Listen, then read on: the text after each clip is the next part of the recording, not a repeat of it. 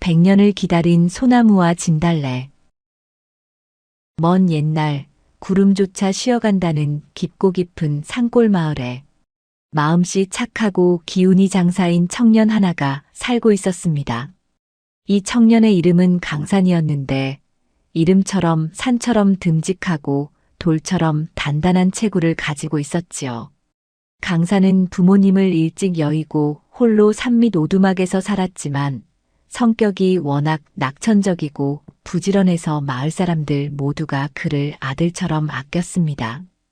그가 도끼를 한번 휘두르면 집채만한 나무도 단숨에 쪼개졌고 그가 한번 웃으면 깊은 산속의 산새들도 덩달아 지저귀는 것만 같았어요. 강산의 하루는 새벽 이슬을 밟으며 산에 오르는 것으로 시작되었습니다. 나무를 해다 시장에 내다 팔아 겨우 입에 풀칠하는 형편이었지만 그는 늘 자연이 주는 선물에 감사하며 노래를 흥얼거렸지요. 마을에는 또 한 명의 어여쁜 처녀가 살고 있었습니다. 마을 끝자락 서당 훈장님인 이훈장의 외동딸 화연이었지요. 화연은 이름처럼 꽃같이 맑고 고운 심성을 가졌으며 그 자태가 하도 우아해서 길을 가던 나비들도 그녀의 옷자락에 잠시 앉아 쉬어갈 정도였습니다. 화연은 평소 몸이 약하신 아버지를 모시며 산나무를 뜯거나 약초를 캐러 산을 오르내리곤 했어요. 그녀가 길을 지나가면 마을 청년들은 모두 일손을 멈추고 넋을 잃고 바라보았지만 화연은 그저 수줍게 미소 지으며 갈 길을 갈 뿐이었습니다. 그녀의 마음속에는 아직 그 누구도 들어오지 않았고 오직 아버지를 향한 효심과 산의 정취를 사랑하는 마음뿐이었지요. 그러던 어느 화창한 봄날이었습니다. 산에는 진달래가 흐드러지게 피어나 온 산을 분홍빛으로 물들이고 있었지요. 강산은 평소처럼 나무를 하러 산 깊은 곳으로 들어갔고 화연은 아버지의 약에 쓸 도라지를 캐기 위해 바구니를 메고 산길을 걷고 있었습니다. 그런데 갑자기 하늘에 먹구름이 끼기 시작하더니 이내 장대비가 쏟아지기 시작했어요. 갑작스러운 비에 당황한 화연은 비를 피할 곳을 찾아 이리저리 뛰어다니다가 그만 발을 헛디뎌 작은 언덕 아래로 미끄러지고 말았습니다. 뾰족한 돌부리에 부딪힌 화연은 고통에 신음하며 주저앉았고 쏟아지는 빗줄기 속에서 도움을 청할 길도 없이 막막해졌습니다. 마침 근처에서 땔감을 챙기던 강산은 비명소리를 듣고 한달음에 달려갔어요. 언덕 아래 쓰러져 신음하는 화연을 발견한 강산은 깜짝 놀라 아래로 뛰어내려갔습니다. 화연은 발목을 삐었는지 일어서지 못하고 얼굴이 하얗게 질려 있었지요. 강산은 조심스럽게 다가가 그녀의 상태를 살폈습니다. 괜찮으십니까? 많이 다치신 것 같아 걱정입니다. 강산의 목소리는 비바람 속에서도 아주 따뜻하고 묵직하게 들렸어요. 화연은 낯선 사내의 등장에 조금 놀랐지만 그의 눈빛이 너무나 맑고 진실해 보여 안심했습니다. 강산은 자신의 겉옷을 벗어 화연에게 덮어주고는 그녀를 가볍게 업어 근처에 있는 커다란 바위 동굴로 몸을 피했습니다. 강산의 등은 마치 커다란 바위처럼 넓고 따뜻해서 화연은 자기도 모르게 마음이 놓이며 눈을 감았지요. 동굴 안은 밖의 빗소리가 아득하게 들릴 정도로 고요했습니다. 강산은 서둘러 마른 나뭇가지들을 모아 불을 피웠습니다.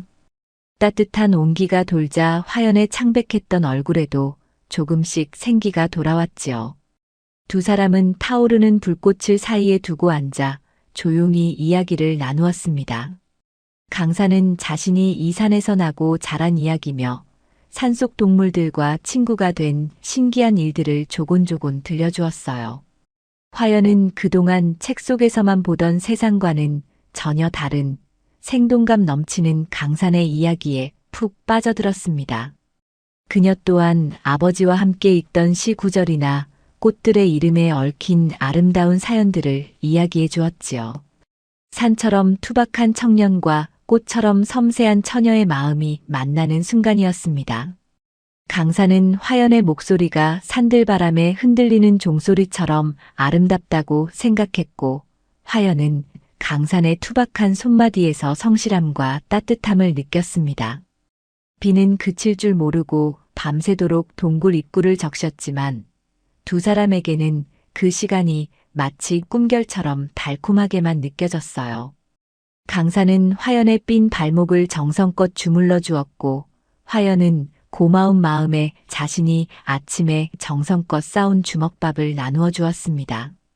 평범한 주먹밥이었지만 강산에게는 세상 그 어떤 진수성찬보다 맛이 좋았어요.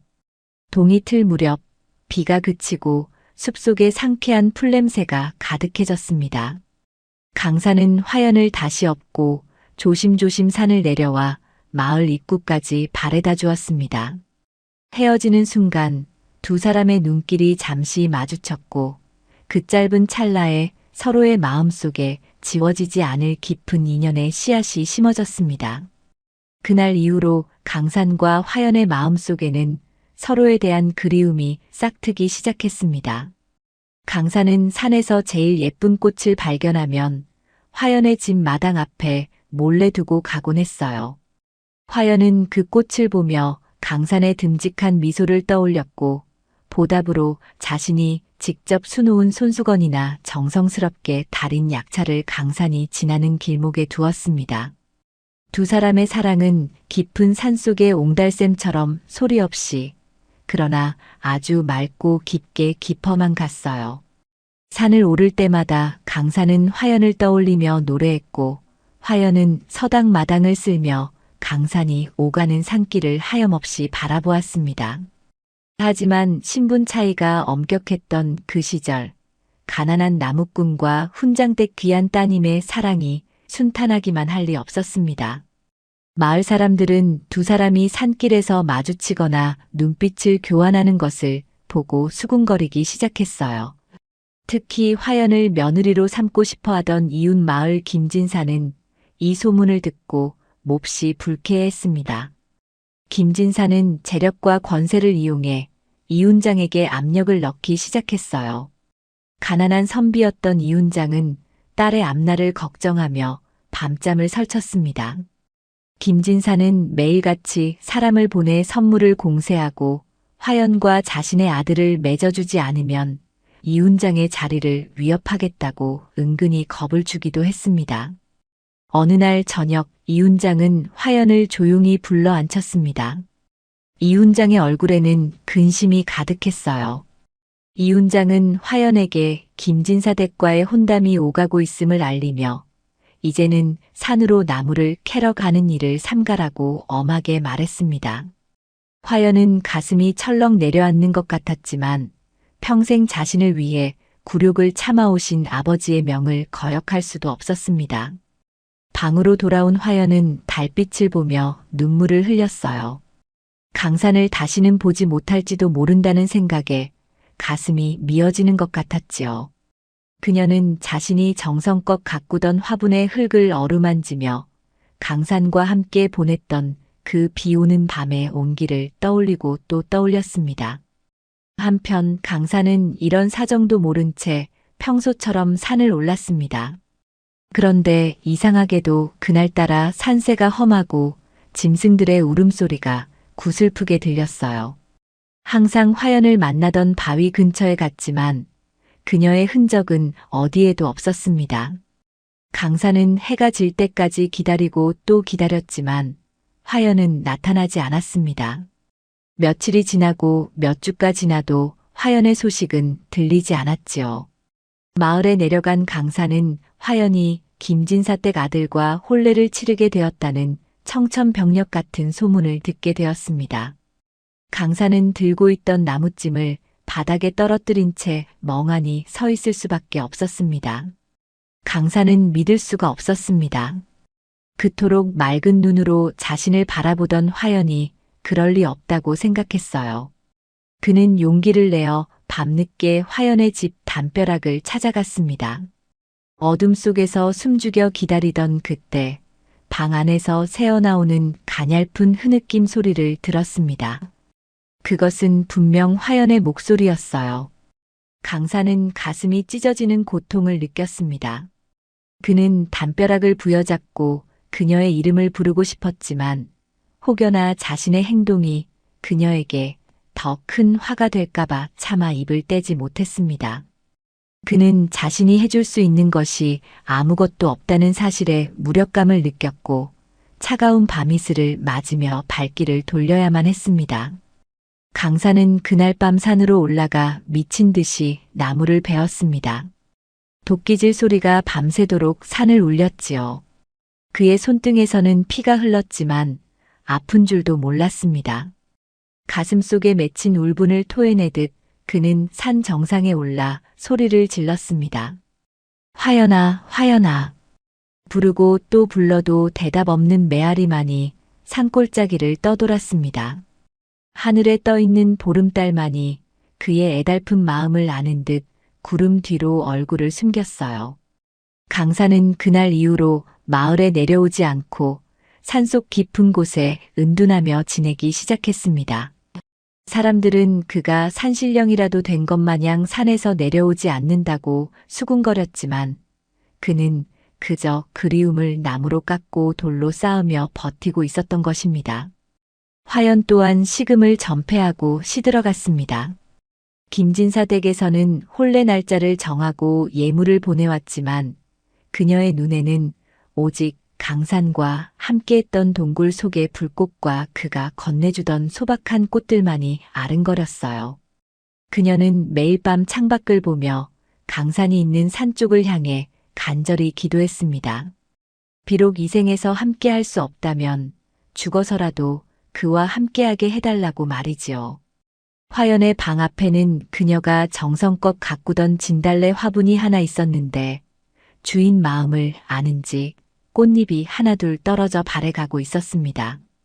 마을 처녀들은 화연의 기구한 운명을 불쌍히 여겨 위로하려 했으나 화연은 그저 텅 빈 눈으로 산자락만 바라볼 뿐이었습니다. 마을 사람들은 두 사람의 안타까운 사연을 알면서도 감히 도와줄 엄두를 내지 못했습니다. 김진사의 기세가 워낙 당당했기 때문이었지요. 그렇게 시간은 흘러 드디어 화연의 혼례 전날 밤이 되었습니다. 마을은 잔치 준비로 시끌벅적했지만 화연의 방은 차가운 정적만이 감돌았습니다. 화연은 조용히 자리에서 일어나 아버지가 잠든 것을 확인한 뒤 품속에 간직하고 있던 강산의 낡은 손수건을 꺼내 쥐었습니다. 그것은 비 오는 날 강산이 건네주었던 투박하지만 깨끗한 무명 손수건이었습니다. 그녀는 눈물을 닦고 아무도 모르게 뒷문을 열고 산으로 향했습니다. 마지막으로 그와 함께했던 장소에 가보고 싶었기 때문입니다. 그 시각 강산은 산마루 끝에 서서 화연의 집이 있는 마을을 내려다보고 있었습니다. 그의 눈에는 이미 생의 의지가 사라진 듯 공허함만이 가득했지요. 그는 자신이 가장 아끼던 도끼를 내려놓고 화연과 처음 만났던 그 바위 동굴을 향해 천천히 걸음을 옮겼습니다. 발 아래 밟히는 마른 잎소리가 마치 누군가의 한숨소리처럼 들려왔어요. 강산은 동굴 앞에 앉아 예전에 화연과 나누어 먹었던 주먹밥의 맛을 떠올리며 조용히 눈을 감았습니다. 차가운 바람이 불어와 그의 수염을 적셨지만 그는 움직이지 않았습니다. 마치 이 산의 일부가 되기로 작정한 사람처럼 말이지요. 밤 공기는 차가웠고 어둠은 깊었습니다. 산속의 모든 생명이 잠든 것 같은 고요함 속에서 두 사람의 운명은 거대한 소용돌이 속으로 빨려 들어가고 있었습니다. 산을 오르던 화연의 거친 숨소리와 산 위에서 기다리던 강산의 깊은 침묵이 밤하늘 아래에서 교차하고 있었지요. 멀리서 소쩍새 한 마리가 슬피 울며 밤의 정적을 깨뜨렸습니다. 그것은 마치 앞으로 다가올 비극적인 인연의 서막을 알리는 신호탄과도 같았습니다. 화연은 가시덤불에 옷자락이 찢기고 발에 상처가 났지만 멈추지 않았습니다. 오직 강산을 한 번만이라도 다시 보고 싶다는 일념뿐이었지요. 화연이 산 중턱에 다다랐을 때 갑자기 짙은 안개가 자욱하게 피어올라 앞을 가로막았습니다. 한치 앞도 보이지 않는 안개 속에서 화연은 길을 잃고 헤매기 시작했어요. 그녀는 강산의 이름을 목 놓아 부르고 싶었지만 목소리는 안개 속에 갇혀 밖으로 나오지 않았습니다. 추위와 공포가 그녀를 엄습했지만 화연은 포기하지 않았습니다. 강사님, 어디 계십니까? 그녀는 마음속으로 수천 번 수만 번 그의 이름을 불렀습니다. 하지만 산은 대답이 없었고 오직 무거운 안개만이 그녀의 어깨를 짓눌렀습니다. 강산 역시 무언가에 홀린 듯 자리에서 일어났습니다. 어디선가 화연의 향기가 바람에 실려오는 것만 같았거든요. 그는 안개 속으로 성큼성큼 걸어 들어갔습니다. 보이지 않는 끈에 이끌리듯 그는 험한 절벽 위를 걷고 있었지요. 두 사람의 거리는 조금씩 가까워지는 듯 했으나 동시에 아주 멀어지고 있었습니다. 운명의 장난처럼 안개는 점점 더 두터워졌고 산의 기운은 평소와 달리 서늘하게 변해가고 있었습니다. 강산은 헛것을 보는 듯 화연의 환영을 따라갔고 화연은 강산의 목소리를 쫓아 벼랑 끝으로 다가갔습니다. 화연은 기력이 다해 어느 고목 아래에 쓰러지듯 앉았습니다. 차가운 이슬이 그녀의 뺨을 적셨지요. 그녀는 자신이 더 이상 갈 수 없음을 직감하고는 마지막 힘을 다해 품속의 손수건을 나무 가지에 묶었습니다.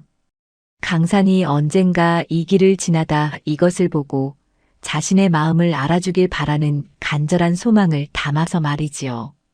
그녀의 눈에서 떨어진 눈물이 메마른 땅을 적시자 신기하게도 그 자리에서 작은 싹 하나가 돋아나기 시작했습니다. 그것은 긴 세월을 버티고 피어날 지독한 사랑의 상징이었습니다. 그 무렵 강산은 절벽 끝에서 하늘을 우러러 보았습니다. 구름 사이로 잠깐 비친 달빛이 마치 화연의 얼굴처럼 화사하게 빛나고 있었어요. 그는 그 달빛을 잡으려는 듯 손을 뻗었습니다. 하지만 달빛은 잡히지 않았고 그의 발 아래로 차가운 골바람만이 불어왔지요. 강산은 그 자리에 서서 한 그루의 나무처럼 굳건히 버텼습니다. 그녀를 지켜주지 못한 자신에 대한 원망과 그녀를 향한 끝없는 사랑이 그의 몸을 칭칭 감아 올리는 것 같았습니다. 그의 다리는 이미 땅속 깊이 뿌리를 내린 듯 움직이지 않았고 그의 팔은 하늘을 향해 뻗은 채 그대로 굳어갔습니다. 날이 밝자 마을은 그야말로 발칵 뒤집히고 말았습니다. 혼례를 코앞에 두고 금지옥엽 외딸을 잃어버린 이훈장은 넋이 나간 사람처럼 마을 어귀를 헤매었고 체면을 구긴 김진사는 수십 명의 하인들을 풀어 산을 잡듯이 뒤졌습니다. 하지만 그들이 마주한 것은 어젯밤의 차가운 흔적뿐이었지요. 화연이 묶어두었던 손수건이 바람에 나부끼는 것을 발견한 이훈장은 그 자리에 주저앉아 통곡했습니다. 화연아, 내가 어찌하여 이 험한 곳에서 길을 잃었단 말이냐. 아버지의 울음소리가 계곡을 따라 울려 퍼졌지만 정작 화연의 모습은 그 어디에서도 찾을 수 없었습니다. 사람들은 산을 샅샅이 뒤지다가 강산이 머물던 오두막과 그가 자주 가던 절벽 끝까지 올라갔습니다. 그러나 강산 역시 흔적도 없이 사라진 뒤였지요. 마을 사람들은 기이한 광경에 입을 다물지 못했습니다. 화연의 손수건이 묶여있던 그 고목 아래에는 어제까지만 해도 보지 못했던 작은 꽃나무들이 무리지어 피어나고 있었고 강산이 서 있던 절벽 끝에는 마치 하늘을 향해 기도를 올리는 듯한 형상의 어린 소나무 한 그루가 굳건히 뿌리를 내리고 있었기 때문입니다. 처음에는 그저 우연이라 생각했습니다. 하지만 그 나무들의 생장 속도는 예사롭지 않았지요. 불과 며칠 사이에 소나무는 듬직한 청년의 어깨처럼 굵어졌고 진달래는 수줍은 처녀의 볼처럼 분홍빛으로 물들며 무성해졌습니다.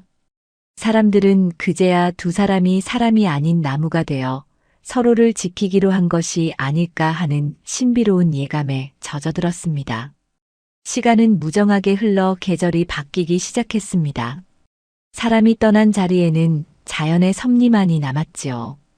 강산에 영혼이 깃든 소나무는 절벽 끝에 거센 바람을 온몸으로 받아내며 더욱 단단해졌습니다. 그는 나무가 되었지만 여전히 화연을 향한 마음을 버리지 않았어요. 낮에는 내리쬐는 햇살을 받아 화연이 있는 산등성이를 내려다보았고, 밤에는 차가운 달빛을 머금으며 그녀의 안녕을 빌었습니다. 나무의 몸으로는 한 걸음도 움직일 수 없었지만 그의 가지는 바람이 불 때마다 화연이 있는 곳을 향해 간절하게 흔들렸습니다. 그것은 비록 목소리는 나오지 않아도 마음으로 전하는 절절한 사랑의 수신호였습니다. 화연에 넋이 깃든 진달래 또한 산비탈에서 외로운 싸움을 이어갔습니다. 그녀는 소나무가 서 있는 절벽 위를 올려다보며 매일 아침 이슬로 눈물을 대신했습니다. 강사님, 저기 계시는군요. 저를 보고 계시는군요. 진달래는 소나무의 늠름한 자태를 보며 추운 겨울을 견뎠고, 소나무는 진달래의 화사한 꽃망울을 보며 고단한 세월을 버텼습니다. 두 나무 사이의 거리는 걸어서 반나절은 좋게 걸릴 만큼 멀었지만 산바람이 그들의 향기를 실어 나르며 서로의 존재를 확인시켜 주었지요. 소나무의 진한 소량이 내려오면 진달래는 잎사귀를 떨며 반겼고, 진달래의 은은한 꽃향기가 올라가면 소나무는 가지를 뻗어 그 향기를 품에 안았습니다. 마을 사람들은 점차 이 두 나무를 특별하게 여기기 시작했습니다. 이훈장은 매일같이 산을 올라 진달래 주위의 자풀을 뽑아주고 걸음을 주었습니다. 마치 딸의 머리카락을 빗겨주듯 정성을 다했지요. 김진사는 처음에는 노발대발하며 나무를 베어버리겠다고 으름장을 놓았지만 이상하게도 그 나무 근처에만 가면 가슴이 답답하고 몸에 힘이 빠져 결국 포기하고 말았습니다. 세월이 흐르며 김진사의 권세도 이훈장의 슬픔도 조금씩 희미해져 갔지만 산 위의 두 나무는 해가 갈수록 더욱 짙은 빛을 띠며 자라났습니다. 사람들은 이제 그 산을 오를 때마다 두 나무에게 인사를 건네며 그들의 변치 않는 사랑을 기렸습니다. 여름이 찾아오면 산은 온통 초록의 바다로 변했습니다. 장마철에 거센 빗줄기가 쏟아질 때면 강산 소나무는 자신의 넓은 가지를 펼쳐 산 아래 진달래에게 들이치는 비바람을 조금이라도 막아보려 애썼습니다. 비록 물리적으로 닿지는 않았지만 그의 기운은 보이지 않는 보호막이 되어 진달래를 감싸 안았지요. 화연 진달래는 세차게 내리는 빗 속에서도 소나무의 든든한 형상을 보며 두려움을 잊었습니다. 강사님만 계신다면 저는 아무것도 무섭지 않아요. 빗방울이 꽃잎을 때려도 그녀는 꺾이지 않았습니다. 오히려 그 빗물을 받아 뿌리를 튼튼히 내리며 다음 봄을 준비하는 강인한 생명력을 보여주었습니다. 가을이 오면 산은 붉고 노란 옷으로 갈아입었습니다. 주변의 다른 나무들이 화려한 단풍을 뽐내며 잎을 떨굴 때 소나무는 변함없는 푸른 빛으로 그 자리를 지켰습니다. 그것은 화연을 향한 강산의 일편단심과도 같았지요. 화연 진달래는 가을바람에 잎을 하나둘 내려놓으며 소나무에게 편지를 썼습니다. 바람에 날려 올라가는 마른 잎들은 강산 소나무의 발치에 가닿았고 소나무는 그 잎사귀들을 소중히 간직했습니다. 산짐승들도 이들의 사연을 아는지 소나무 밑에서 잠을 자거나 진달래 주변을 조심스럽게 지나다녔습니다. 고요한 가을밤 산사에 울려 퍼지는 종소리는 두 나무의 그리움을 더욱 깊게 만들었습니다. 겨울은 시련의 계절이었습니다. 온 산이 하얀 눈으로 덮이고 얼어붙을 때 두 나무는 지독한 고독과 싸워야 했습니다. 소나무의 가지 위에는 무거운 눈더미가 쌓여 금방이라도 꺾일 듯 휘어졌지만 강산은 이를 악물고 버텼습니다. 내가 무너지면 화연이가 슬퍼할 거야. 내가 여기서 버텨야 화연이가 나를 보고 힘을 내겠지. 그는 시린 눈보라 속에서도 화연이 있는 방향을 향해 시선을 고정했습니다. 진달래 또한 차가운 땅 속에서 뿌리를 움츠린 채 소나무의 푸른 기운을 등불 삼아 긴 잠을 청했습니다. 눈 속에 갇혀 서로의 모습이 보이지 않을 때면 그들은 꿈속에서 인간이었던 시절의 만남을 되풀이하며 온기를 나누었습니다. 동굴 안에서 나누었던 따뜻한 대화, 강산의 듬직한 등, 화연의 부드러운 손길. 그 기억들은 차가운 겨울을 이겨낼 수 있는 유일한 양식이었습니다. 그렇게 첫 번째 겨울이 지나고 두 번째 겨울이 지났습니다. 10년이 지나고 20년이 흐르는 동안 산 아래 마을의 풍경은 몰라보게 바뀌었습니다. 초가집들은 기와집으로 변하기도 하고 마을을 떠난 사람들과 새로 들어온 사람들로 북적였지요. 하지만 산 위의 소나무와 진달래는 마치 시간이 멈춘 듯 그 자리에 그대로 있었습니다. 아니, 그들은 시간이 흐를수록 서로의 영혼에 더 깊이 동화되어 가고 있었습니다. 어느덧 30해가 지났을 무렵 마을에는 기이한 소문이 돌기 시작했습니다. 보름달이 뜨는 밤이면 소나무와 진달래 사이를 잇는 은은한 빛의 길이 생긴다는 것이었지요. 그 길을 따라 강산의 홀령이 화연에게 다가가고 화연의 홀령이 강산에게 다가가 잠시나마 손을 맞잡는다는 이야기였습니다. 실제로 그 길목에 살던 약초꾼은 밤마다 산에서 들려오는 애틋한 노랫소리를 들었다고 증언했습니다.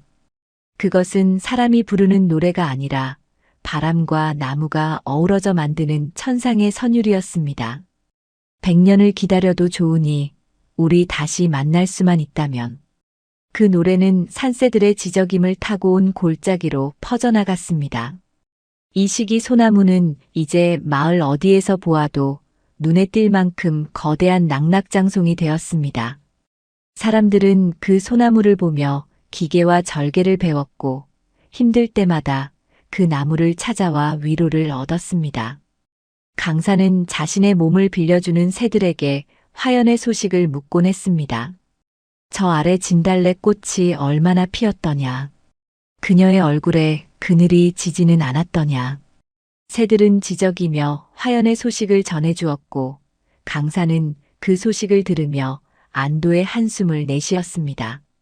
화연 역시 나비들에게 소나무의 안부를 물었습니다. 절벽 끝 바람이 너무 차지는 않은가요? 그분의 푸른 잎이 여전히 싱싱한가요? 나비들은 화연의 입술에 머물다 날아가 소나무의 가지에 그 마음을 전했습니다. 인간의 생애로는 한 세대라고 부를 법한 시간이 흘렀지만 나무들에게 그것은 찰나에 불과했습니다. 그들의 그리움은 시간이 지날수록 증발하는 것이 아니라 고목의 나이테처럼 한 겹 한 겹 견고하게 쌓여가고 있었습니다. 소나무의 껍질은 거칠어지고 진달래의 밑동은 굵어졌지만 그 안에 흐르는 생명수는 여전히 젊은 시절의 그 뜨거운 사랑을 간직하고 있었습니다. 두 나무는 서로를 향해 뻗어가는 뿌리의 움직임을 느꼈습니다. 비록 지상에서는 멀리 떨어져 있었지만 어둡고 깊은 땅 속에서는 서로의 숨결을 찾기 위해 필사적으로 흙을 헤치고 있었던 것입니다. 그러던 어느 해 여름 유례없는 대홍수가 산을 덮쳤습니다. 며칠 밤낮을 쉬지 않고 쏟아진 비로 산사태가 일어나고 수많은 나무가 뿌리째 뽑혀 나갔습니다. 마을 사람들은 소나무와 진달래가 무사할지 걱정되어 잠을 이루지 못했지요. 강산 소나무가 서 있는 절벽도 위태로웠습니다. 거대한 바위가 굴러떨어지고 흙탕물이 그의 뿌리를 갉아먹었습니다. 하지만 강산은 버텼습니다. 나는 죽을 수 없다. 내가 사라지면 화연이는 누구를 보며 살겠는가. 그는 바위를 껴안듯 뿌리에 힘을 주었습니다. 화연 진달래 역시 몰려드는 토사 속에서 꽃나무 무리를 지탱하며 끈질기게 버텨냈습니다. 폭풍우가 지나간 뒤 산은 엉망이 되었지만 두 나무는 기적처럼 살아남았습니다. 소나무는 가지 몇 개가 부러지고 잎이 바랬지만 여전히 절벽 끝에 서 있었고, 진달래는 흙더미에 파묻힐 뻔했으나 주변 바위들이 방패가 되어준 덕분에 무사했습니다. 이 사건은 마을 사람들에게 큰 감동을 주었습니다. 저 나무들은 보통 나무가 아니다. 하늘이 지키는 사랑이로다. 사람들은 두 나무 주위에 돌담을 쌓고 정성을 다해 보살폈습니다. 이제 두 나무는 단순한 전설을 넘어 마을의 수호신과 같은 존재가 되어가고 있었습니다. 하지만 시련은 여기서 끝이 아니었습니다. 세월이 흐르며 두 사람을 기억하던 노인들이 하나둘 세상을 떠나고 마을의 주인도 여러 번 바뀌었습니다. 새로 들어온 사람들은 이 나무들에 얽힌 애달픈 사연을 전설처럼 여길 뿐 진실로 믿으려 하지 않았습니다. 그저 오래된 나무일 뿐인데 왜 그리 호들갑인가. 어떤 이들은 소나무를 베어 집을 짓는 데 쓰자고 하기도 했고, 진달래 밭을 일구어 밭을 만들자고 주장하기도 했습니다.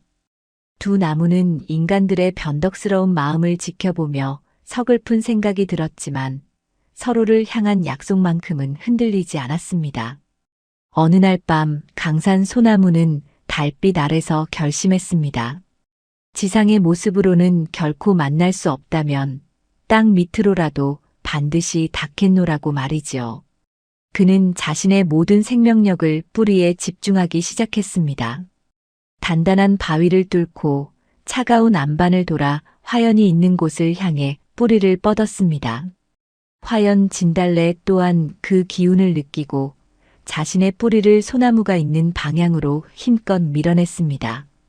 두 나무의 뿌리는 어둠 속에서 서로의 체온을 찾듯 조금씩 가까워졌습니다. 그것은 눈에 보이지 않는, 그러나 세상 그 무엇보다 치열한 재회의 과정이었습니다. 뿌리가 뻗어나가는 고통은 뼈를 깎는 듯 했습니다. 때로는 날카로운 돌날에 뿌리가 잘리기도 하고, 때로는 물기 없는 마른 땅을 만나 말라 비틀어지기도 했습니다. 하지만 그들은 멈추지 않았습니다. 100년이라는 긴 세월 동안 그들이 견뎌온 고독에 비하면 이런 육체적 고통은 아무것도 아니었습니다. 소나무의 뿌리는 강인하게 땅을 움켜쥐었고 진달래의 뿌리는 유연하게 틈새를 파고들었습니다. 두 나무는 서로의 존재가 가까워질수록 더욱 찬란한 빛을 내기 시작했습니다. 봄이면 진달래는 예년보다 더 짙은 분홍빛으로 산을 수놓았고 소나무는 더 푸른 잎으로 하늘을 가렸습니다. 마을 사람들은 다시 술렁였습니다. 올해는 진달래가 유난히 일찍 피고 색도 곱구려. 소나무에서도 신비로운 향기가 진동하는구려. 사람들은 그 변화가 무엇을 의미하는지 알지 못했지만 산 전체가 무언가 경사스러운 일을 앞두고 들떠 있다는 것만은 느낄 수 있었습니다. 산짐승들은 일찌감치 소나무와 진달래 주변으로 모여들었습니다. 마치 두 연인의 오랜 기다림이 결실을 맺는 순간을 축복하려는 것 같았지요. 달빛은 유난히 밝았고 바람은 부드럽게 두 나무 사이를 오가며 축하의 인사를 건넸습니다. 이제 두 나무의 뿌리는 불과 몇 뼘만을 남겨두게 되었습니다. 땅 위에서는 여전히 멀리 떨어져 고고하게 서 있는 소나무와 화사하게 피어있는 진달래였지만 땅 밑에서는 이미 서로의 존재를 온몸으로 느끼고 있었지요. 거의 다 왔습니다. 화연아. 기다리고 있어요. 강사님. 그들의 영혼은 육신을 넘어 교감하고 있었습니다. 100년이라는 인고의 시간은 결코 헛되지 않았습니다. 그 시간 동안 쌓인 그리움은 이제 거대한 폭발을 앞둔 화산처럼 두 나무의 내부에서 뜨겁게 요동치고 있었습니다. 어둠이 짙게 깔린 땅속 깊은 곳에서 마침내 기적이 일어났습니다. 100년이라는 긴 세월 동안 바위를 뚫고 흙을 헤치며 서로를 향해 달려온 두 나무의 뿌리가 마침내 맞닿은 것이지요. 강산 소나무의 굵고 단단한 뿌리와 화연 진달래의 가늘지만 끈질긴 뿌리가 서로를 확인하는 순간 산 전체가 미세하게 떨리는 듯한 진동이 일었습니다. 그것은 환희의 외침이자 긴 고통의 끝을 알리는 안도감이었습니다. 두 나무는 서로의 수액이 섞이는 것을 느끼며 전율했습니다. 지상에서는 여전히 멀리 떨어져 있었지만 이제 그들은 하나의 혈관을 공유하는 진정한 동반자가 된 것입니다. 소나무는 자신의 강인한 생명력을 진달래에게 나누어 주었고, 진달래는 소나무의 거친 뿌리를 부드럽게 감싸 안으며 위로했습니다. 이 신비로운 결합이 이루어진 뒤로 산의 기운은 더욱 영험해졌습니다. 소나무가 서 있는 절벽 아래에서는 맑은 샘물이 솟아나기 시작했고, 그 물을 마신 숲속 동물들은 병이 낫고 기운을 차렸습니다. 진달래가 군락을 이룬 비탈에는 1년 내내 시들지 않는 푸른 이끼가 덮여 겨울에도 온기를 잃지 않았지요. 마을 사람들은 이 변화를 지켜보며 경이로워했습니다. 이제 마을에는 강산과 화연의 이야기를 모르는 사람이 없었습니다. 할머니는 손주에게, 아버지는 아들에게 그 애달픈 사랑 이야기를 들려주며 사랑의 소중함을 가르쳤습니다.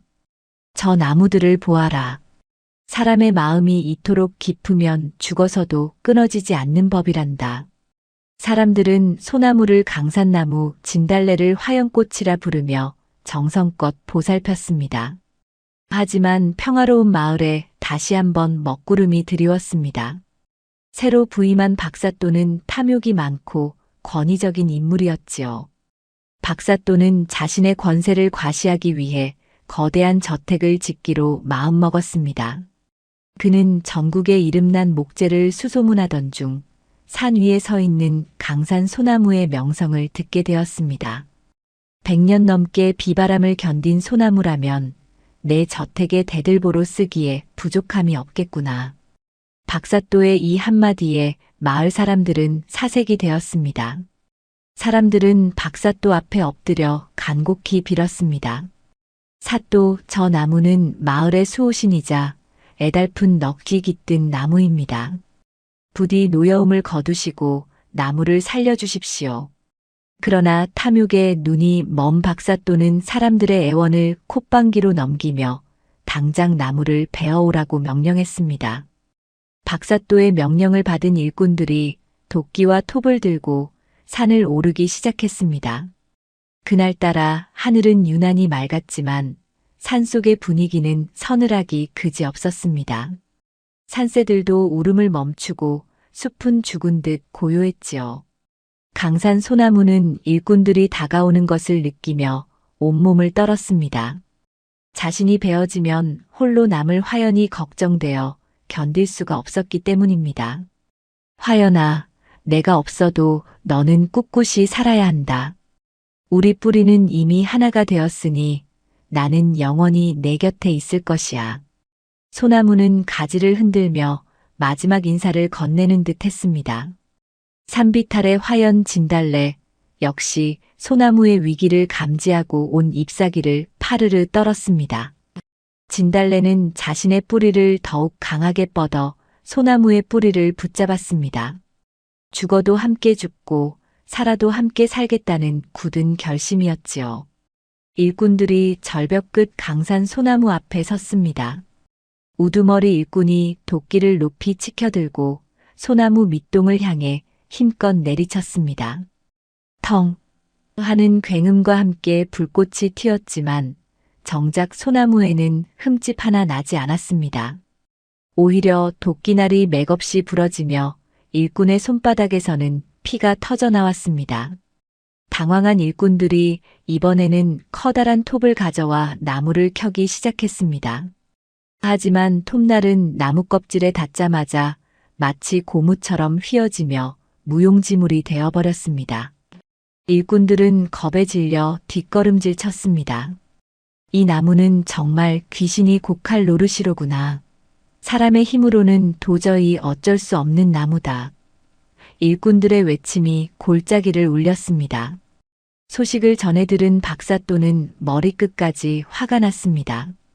직접 산을 오르기로 결심한 박사또는 하인들을 대동하고 기세등등하게 절벽으로 향했습니다. 박사또가 소나무 앞에 서서 호통을 쳤습니다. 미천한 나무 주제에 어찌 관명을 거역하느냐. 당장 이 나무를 불태워서라도 없애버려라. 박사또의 말이 떨어지기가 무섭게 하인들이 나무 주변에 마른 장작을 쌓고 불을 붙이려 했습니다. 바로 그 순간이었습니다. 맑았던 하늘이 순식간에 어두워지더니 산 전체가 짙은 안개에 휩싸였습니다. 한치 앞도 보이지 않는 안개 속에서 어디선가 여인의 흐느낌 소리와 청년의 호령 소리가 뒤섞여 들려왔습니다. 박사또와 하인들은 공포에 질려 우왕좌왕했습니다. 그런데 신기하게도 안개는 오직 박사또 일행이 있는 곳에만 집중적으로 몰려들었습니다. 안개 속에서 수만 송이의 진달래 꽃잎이 눈보라처럼 휘날리며 사람들의 눈을 가렸습니다. 아이고, 눈을 뜰 수가 없구나. 산신령님이 노하셨다. 하인들은 장비를 내팽개치고 산 아래로 도망치기 시작했습니다. 박사또 역시 허겁지겁 도망가려 했으나 발이 땅에 붙은 듯 움직이지 않았습니다. 그의 발목을 화연 진달래의 억센 덩굴들이 칭칭 감고 있었기 때문입니다. 박사또는 공포에 질려 비명을 질렀습니다. 살려주게. 다시는 이 나무를 건드리지 않겠네. 그가 진심으로 빌고 나서야 덩굴이 풀렸고 박사또는 신발도 신지 못한 채 산을 내려갔습니다. 이 사건 이후 박사또는 큰 병을 얻어 관직을 그만두고 낙향했습니다. 마을 사람들은 다시 평화를 되찾은 두 나무 앞에 모여 축제를 열었습니다.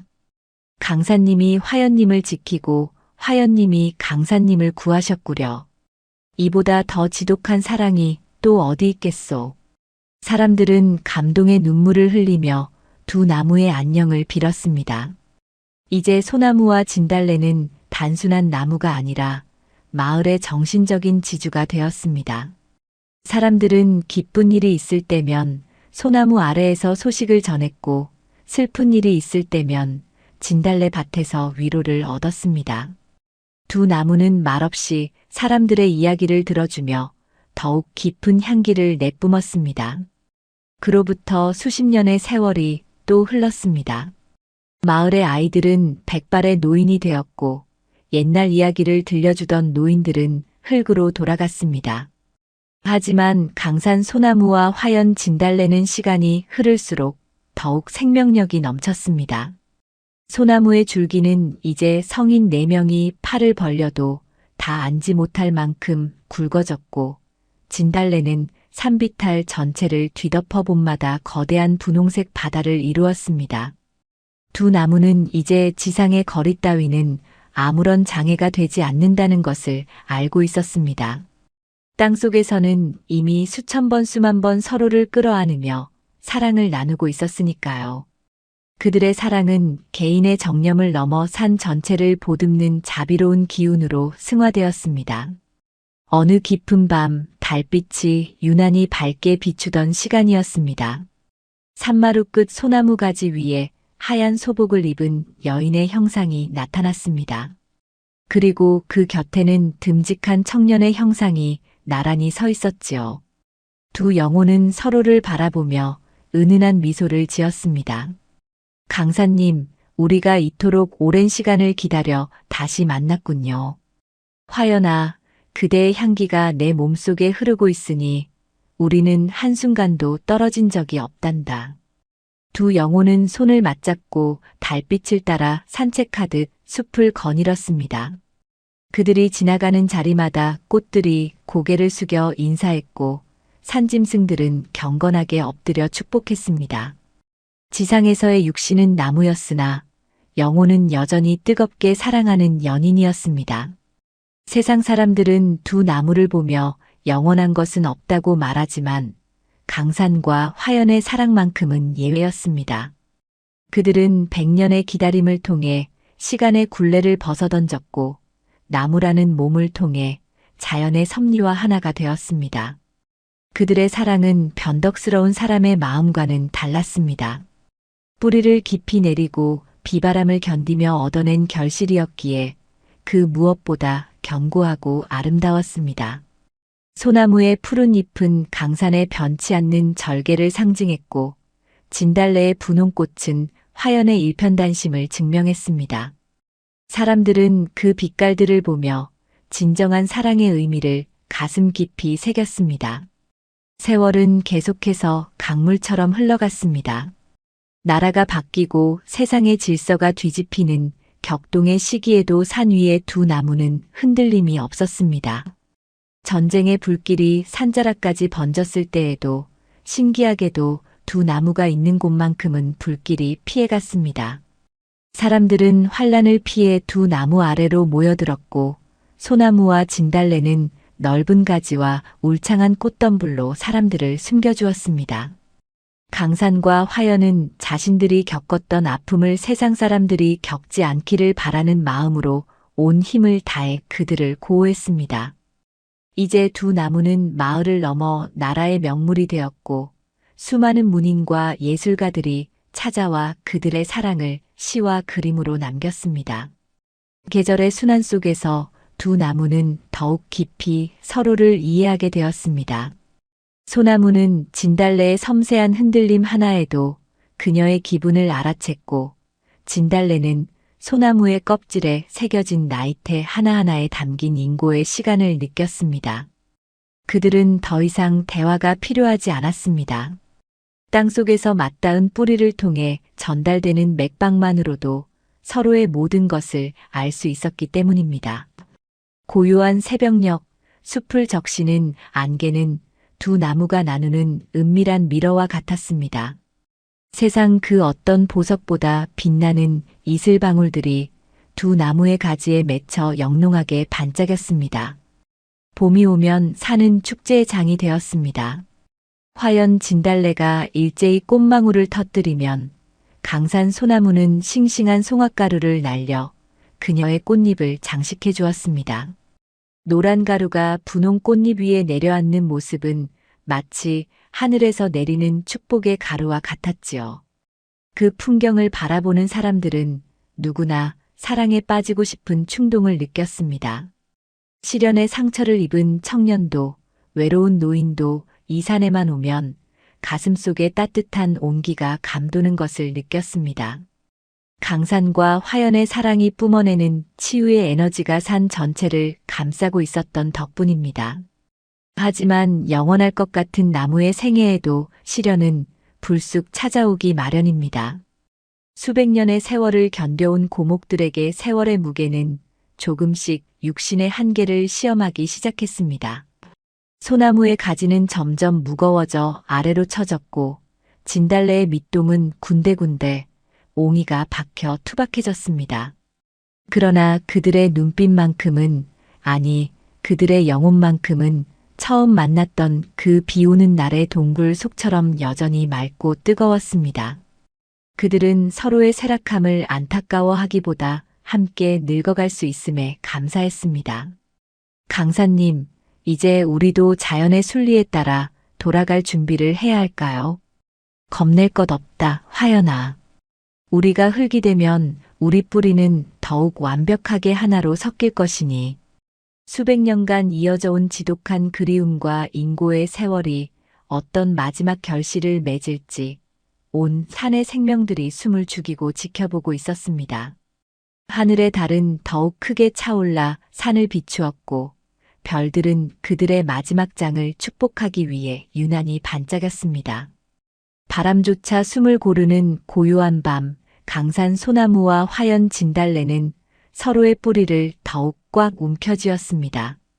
그것은 이승에서의 마지막 작별이 아니라 영원한 하나가 되기 위한 성스러운 의식의 시작이었습니다. 강산과 화연이 나무가 된 지도 벌써 수백 년이라는 기나긴 시간이 흘렀습니다. 그동안 세상은 참으로 많이도 변했지요. 초가집들이 즐비하던 마을은 어느새 큰 고을이 되었고 사람들이 오가던 좁은 산길은 넓은 닫힌 길로 바뀌었습니다. 하지만 그 모진 풍파 속에서도 산 정상의 강산 소나무와 산등성이의 화연진 달래만큼은 마치 시간이 멈춘 듯 그 자리를 지키고 있었습니다. 이제 두 나무는 전설을 넘어 이 땅의 산증인이자 살아있는 신화가 되었지요. 수백 년의 세월은 강산의 몸에 깊은 주름을 새겨놓았습니다. 소나무의 껍질은 용의 비늘처럼 딱딱하고 거칠어졌으며 가지들은 구불구불하게 휘어 천년의 고뇌를 간직한 듯 보였습니다. 그러나 그 푸른 솔잎만큼은 예나 지금이나 변함없이 싱그러웠습니다. 화연 역시 마찬가지였습니다. 진달래의 밑동은 이제 웬만한 나무보다 굵어졌고 매년 봄이면 피어나는 분홍빛 꽃들은 전보다 더욱 짙고 매혹적인 향기를 내뿜었습니다. 사람들은 이 신비로운 광경을 보며 사랑의 힘이 얼마나 위대한지를 다시금 깨닫곤 했습니다. 어느 화창한 가을날 마을에 최선비라는 젊은 학자가 찾아왔습니다. 그는 전국 8도의 기이한 사연을 기록하는 사람이었는데 강산과 화연의 이야기를 듣고는 직접 두 나무를 확인하고 싶어 산을 올랐지요. 최선비는 절벽 끝에 서 있는 강산 소나무를 보고는 그 웅장함에 압도되어 절로 고개를 숙였습니다. 그리고는 다시 산비탈로 내려가 화연진달래 무리 앞에 앉았습니다. 그는 붓을 들어 두 나무의 모습을 정성스럽게 화폭에 담기 시작했습니다. 참으로 기이하고도 아름다운 인연이로다. 죽어서 나무가 되어서도 이토록 서로를 간절히 바라보고 있다니. 최선비는 감탄을 금치 못하며 중얼거렸습니다. 그때였습니다. 갑자기 어디선가 기분 좋은 솔바람이 불어와 최선비의 옷자락을 간지럽혔습니다. 그 바람에는 소나무의 진한 향기와 진달래의 은은한 꽃내음이 섞여 있었지요. 최선비는 마치 두 나무가 자신에게 인사를 건네는 것만 같은 착각에 빠졌습니다. 그는 그날 밤 산 중턱에 있는 작은 암자에서 하룻밤을 묵기로 했습니다. 그리고 그날 밤 그는 꿈속에서 100년 전의 강산과 화연을 만나는 신비로운 경험을 하게 됩니다. 꿈속의 강산은 듬직한 청년의 모습이었고 화연은 연꽃처럼 고운 처녀의 모습이었습니다. 두 사람은 동굴 안에서 불을 지피며 오순도순 이야기를 나누고 있었지요. 강산이 화연의 손을 잡으며 말했습니다. 화연아, 내가 나무가 되어 수백 년을 기다린 보람이 있구나. 이제 내 뿌리가 내 뿌리를 감싸 안았으니 우리는 영원히 하나란다. 화연은 수줍게 웃으며 강산의 어깨에 머리를 기댔습니다. 강산님, 저는 당신의 푸른 잎을 보며 매일 아침을 맞이하는 것이 가장 행복합니다. 비록 우리가 사람의 몸으로 100년을 해로하지는 못했지만 나무가 되어 1000년을 함께하고 있으니 이 또한 하늘의 축복이 아니겠습니까? 최선비는 꿈속에서 두 사람의 대화를 들으며 눈물을 흘렸습니다. 신분을 초월하고 죽음마저 넘어선 그들의 사랑이 너무나도 시리고 아름다웠기 때문입니다. 다음 날 아침 잠에서 깬 최선비는 어젯밤의 꿈이 예사롭지 않음을 느끼고 다시 두 나무를 찾았습니다. 그런데 놀라운 광경이 그의 눈앞에 펼쳐졌습니다. 소나무의 뿌리 하나가 땅 위로 길게 뻗어나와 진달래 군락이 시작되는 곳까지 이어져 있었던 것입니다. 그것은 단순한 뿌리가 아니었습니다. 마치 연인의 손을 잡으려는 듯 간절하게 뻗어나간 강산의 팔과 같았지요. 화연 역시 자신의 잔뿌리들을 소나무의 뿌리 쪽으로 밀어 올려 서로를 칭칭 감싸 안고 있었습니다. 지상에서는 여전히 떨어져 있는 것처럼 보였지만 그들은 이미 온몸으로 서로를 지탱하고 있었던 것입니다. 최선비는 이 광경을 보고 무릎을 쳤습니다. 아, 이것이 바로 지고지순한 사랑의 결정체로구나. 눈에 보이는 것이 전부가 아님을 이 나무들이 가르쳐 주는구나. 최선비는 마을로 내려가 자신이 본 것을 사람들에게 알렸습니다. 마을 사람들은 이제 두 나무를 위해 매년 정성스러운 제사를 지내기 시작했습니다. 사람들은 소나무와 진달래가 만나는 지점에 작은 돌담을 쌓아 보호했고 연인들은 그곳을 찾아와 자신들의 사랑도 이 나무들처럼 변치 않기를 빌었습니다. 강산과 화연은 사람들의 기도를 먹고 더욱 무럭무럭 자라났습니다. 하지만 영원할 것만 같았던 평화에도 다시 한번 시련이 찾아왔습니다. 그해 여름 100년 만에 찾아온 지독한 가뭄이 온 땅을 메마르게 했습니다. 마을의 우물은 바닥을 드러냈고 산속의 계곡물도 끊겨 짐승들이 하나둘 쓰러져 갔습니다.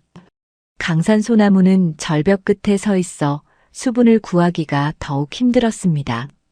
잎은 노랗게 변해갔고 줄기는 말라 비틀어져 금방이라도 죽을 것만 같았습니다. 강산은 자신의 죽음을 직감했습니다. 그러나 그는 자신의 생명보다 화연이 걱정되었습니다.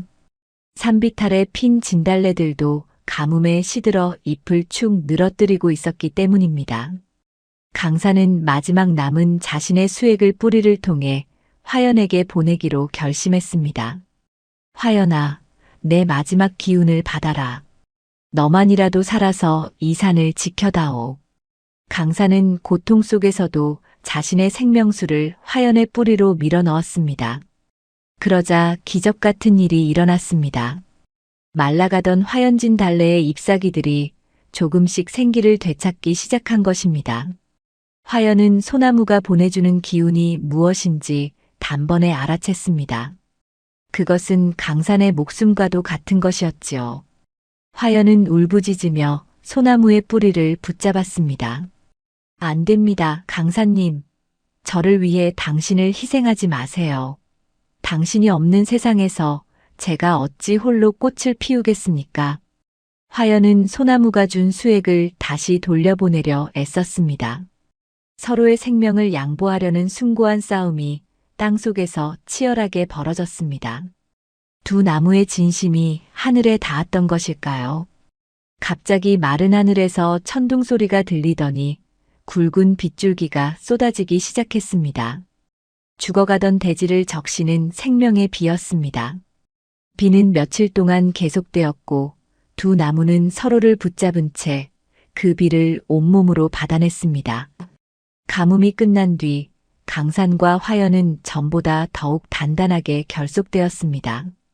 그들은 이번 시련을 통해 서로의 소중함을 다시 한번 뼈저리게 느꼈습니다. 이제 그들은 죽음조차도 자신들을 갈라놓을 수 없음을 확신했습니다. 강산은 더욱 깊게 뿌리를 내렸고 화연은 더욱 넓게 가지를 뻗어 소나무의 발치를 감싸 안았습니다. 가뭄이 지나고 산은 그 어느 때보다 활기차게 변했습니다. 강산 소나무 위에는 천년된 백루가 둥지를 틀었고 화연진달래 밑에는 어린 산토끼들이 모여와 평화롭게 잠을 잤습니다. 두 나무는 이제 자신들의 사랑이 개인의 차원을 넘어 숲 전체의 평화와 안녕을 지탱하고 있음을 알게 되었습니다.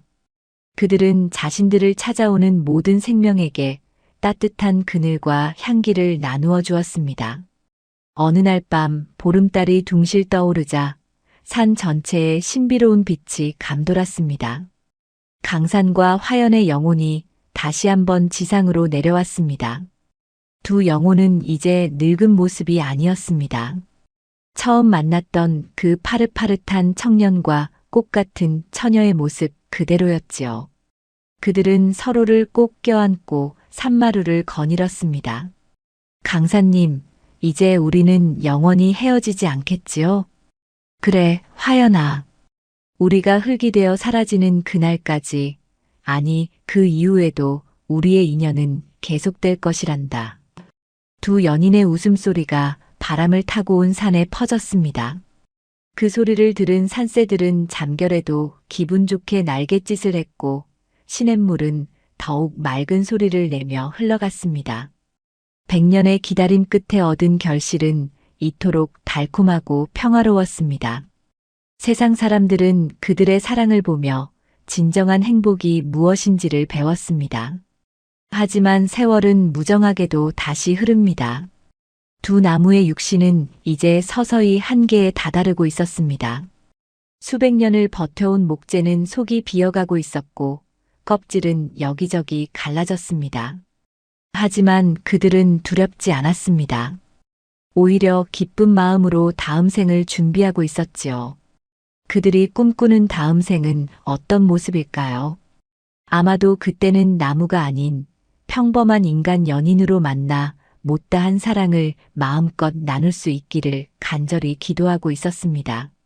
하늘의 별들이 두 나무 위로 쏟아질 듯 빛나고 있었습니다.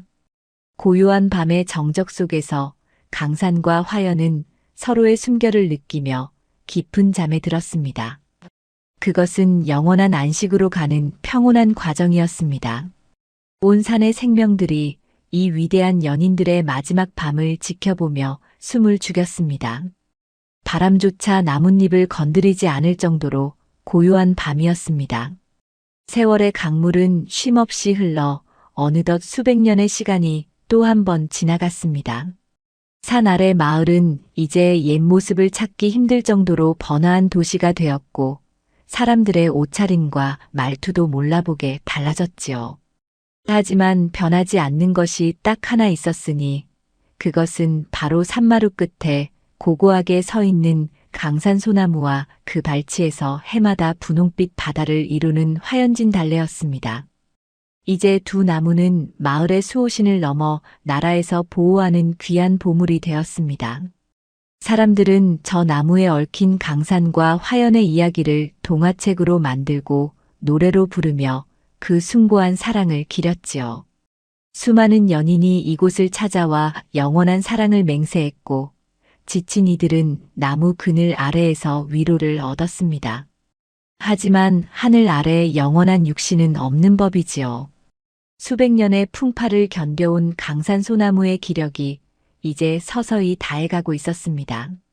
줄기 곳곳에는 깊은 구멍이 생겼고 한때 하늘을 찌를 듯 무성했던 솔잎들도 이제는 듬성듬성해졌습니다. 강산은 자신의 속이 비어가고 있음을 느꼈지만 슬프지 않았습니다. 오히려 자신의 몸이 비워질수록 화연을 향한 마음이 더 맑게 채워지는 것을 느꼈기 때문입니다. 화연진 달래 역시 예전만큼 화려하게 꽃을 피우지는 못했습니다. 밑동은 투박하게 굳어버렸고 가지는 힘없이 처졌지요. 하지만 두 나무는 서로의 쇠락함을 보며 미소 지었습니다. 함께 늙어갈 수 있다는 것, 그리고 함께 흙으로 돌아갈 수 있다는 것이 얼마나 큰 축복인지를 잘 알고 있었으니까요. 어느 고요한 봄밤이었습니다. 달빛이 유난히 희고 고운 밤 산 전체가 신비로운 안개에 휩싸였습니다.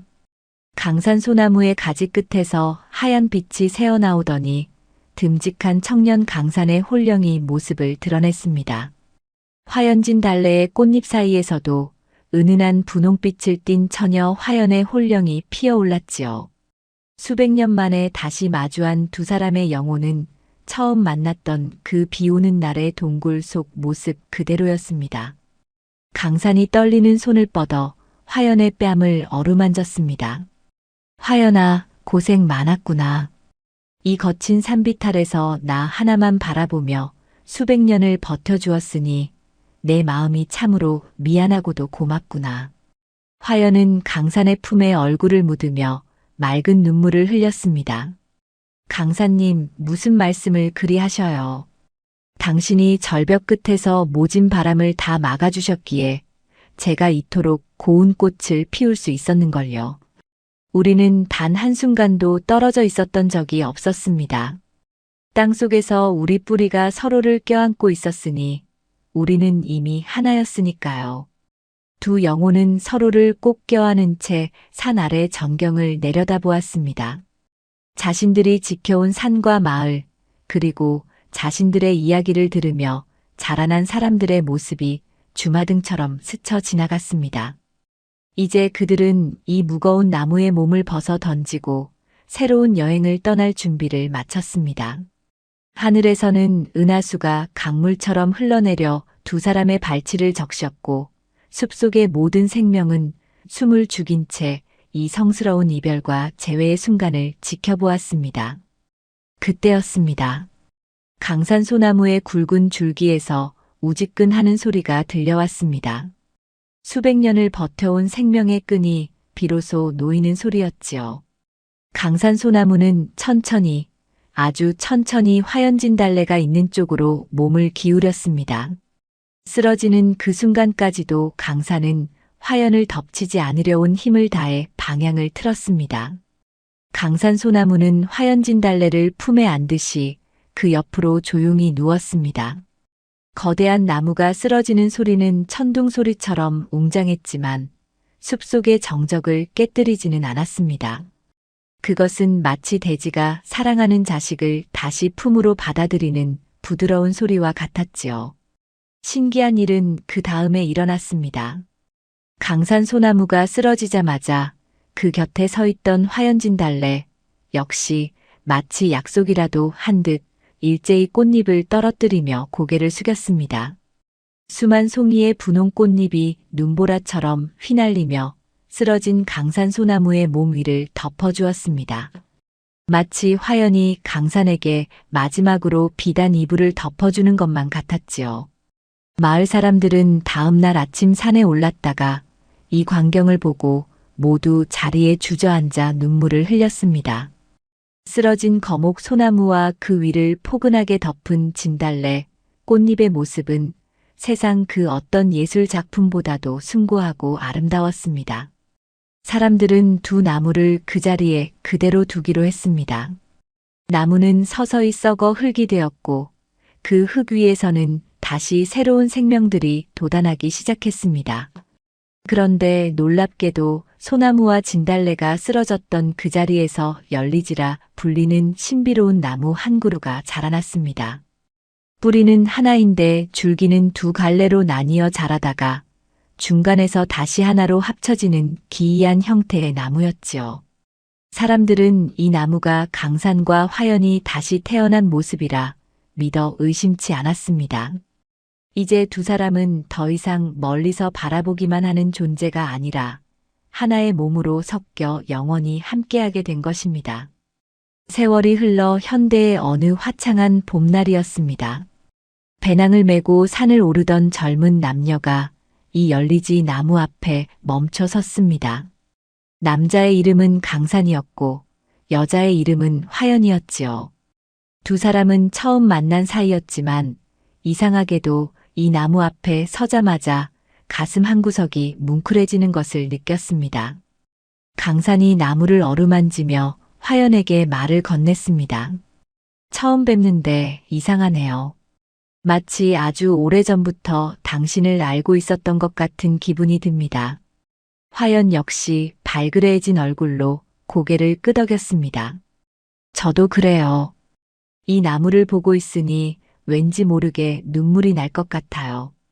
우리가 아주 긴 꿈을 꾸고 이제 막 깨어난 것만 같아요. 두 사람의 눈길이 마주쳤습니다. 수백 년 전 강산과 화연이 동굴 속에서 서로를 바라보던 그 맑고 깊은 눈빛 그대로였습니다.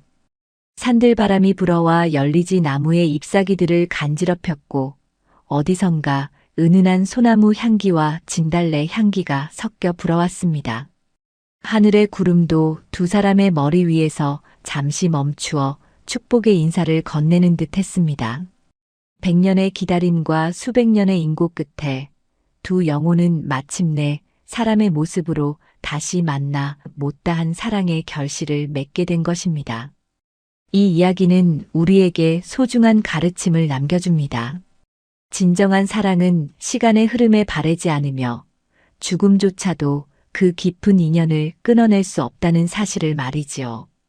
우리가 누군가를 진심으로 아끼고 그리워한다면 그 마음은 우주의 어딘가에 씨앗으로 남았다가 반드시 꽃으로 피어나는 법입니다.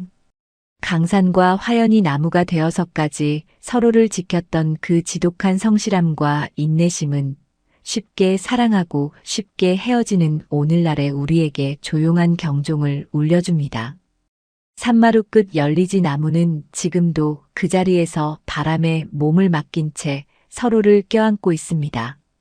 봄이면 화사한 꽃을 피우고 겨울이면 푸른 기계를 잃지 않으며 지나가는 나그네들에게 영원한 사랑의 전설을 속삭여줍니다. 여러분의 가슴 속에도 강산의 푸른 소나무 같은 절개와 화연의 분홍 진달래 같은 일편단심이 자리 잡고 있기를 바랍니다. 사랑한다는 것은 단순히 마주보는 것이 아니라 비바람 속에서도 서로의 뿌리를 놓지 않는 인내라는 것을 잊지 마십시오. 이제 깊은 밤이 찾아왔습니다. 산속의 열리지 나무도 다시 만난 강산과 화연도 평화로운 꿈을 꾸고 있을 시간입니다. 여러분도 이 애달프고도 아름다운 이야기를 가슴에 품고 편안한 안식에 드시길 바랍니다. 100년의 기다림 끝에 찾아온 봄날처럼 여러분의 꿈속에도 따뜻한 사랑의 꽃향기가 가득하기를 진심으로 기원합니다. 고단했던 하루의 짐을 내려놓고 이제 저 멀리 보이는 소나무 숲의 고요함 속으로 깊이 빠져드십시오. 사랑은 언제나 우리 곁에 머물며 우리가 다시 만날 그날을 조용히 기다리고 있습니다. 달빛이 창가에 머물고 바람이 자장가를 부르는 이 밤, 강산과 화연의 영원한 사랑이 여러분의 잠자리를 포근하게 감싸 안아줄 것입니다. 부디 평온하고 달콤한 꿈 꾸시길 바랍니다.